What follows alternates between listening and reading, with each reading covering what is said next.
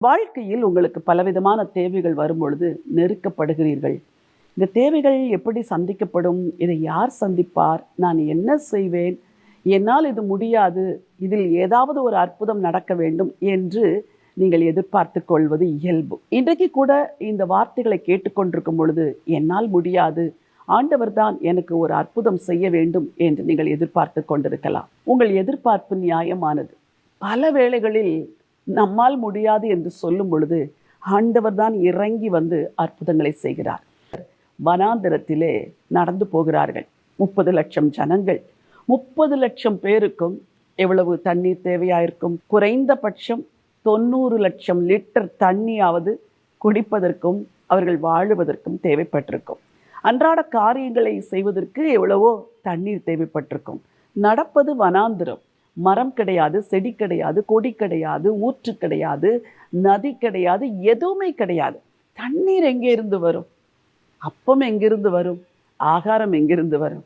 ஒரு சங்கீதத்தில் அற்புதமாய் அவர்கள் தேவைகளை ஆண்டவர் எப்படி சந்தித்தார் என்று சங்கீதக்காரன் எழுதியிருக்கிறார். வசனத்தை உங்களுக்காய் வாசிக்க விரும்புகிறேன். சங்கீதம் 78 வசனம் 23. அவர் உயரத்தில் உள்ள மேகங்களுக்கு கட்டளையிட்டு வானத்தின் கதவுகளை திறந்து மன்னாவை அவர்களுக்கு ஆகாரமாக வருஷிக்க பண்ணி வானத்தின் தானியத்தை அவர்களுக்கு கொடுத்தார். தூதர்களின் அப்பத்தை மனுஷன் சாப்பிட்டான். வசனம் சொல்லுகிறது, உயரத்தில் உள்ள மேகங்களுக்கு கட்டளையிட்டு வானத்தின் கதவுகளை திறந்து அவர்களுக்கு தூதரின் அப்பத்தை கொடுத்தாராம். என்ன ஒரு அன்பின் ஆண்டவர்! கதவை திறந்தவுடன் மன்னா பொழிந்ததாம். அப்படி என்றால் அவருடைய பண்டசாலையிலே மன்னாவை சேர்த்து வைத்திருந்தார். உலகமெல்லாம் அந்த மன்னா விழவில்லை, ஒவ்வொரு தேசத்திலும் விழவில்லை. அவருடைய ஜனங்கள் எந்த வனாந்தரத்தில் பயணிக்கிறார்களோ சரியாக அந்த வனாந்தரத்துக்கு நேராக கதவு திறக்கப்பட்டது.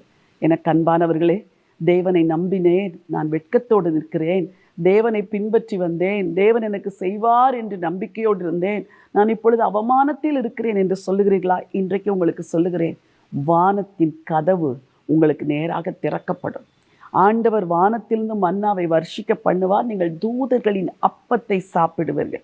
கூடவே கீழ்காற்றை அனுப்பி அவர்கள் பாளையத்தை சுற்றிலும் காடைகள் வந்து விழும்படி செய்தாராம். உங்களுக்கும் சொல்லுகிறேன், இந்த ஆண்டவர் உங்கள் தேவைகளை அற்புதமாய் சந்திப்பார். வானத்தின் கதவுகளை திறக்க வேண்டும் ஆண்டவரே, கீழ்காற்றை வீச செய்யும் ஆண்டவரே, காடைகள் பாளையத்தை சுற்றிலும் வந்து விழச் செய்யும் ஆண்டவரே என்று ஜெபித்து பாருங்கள்.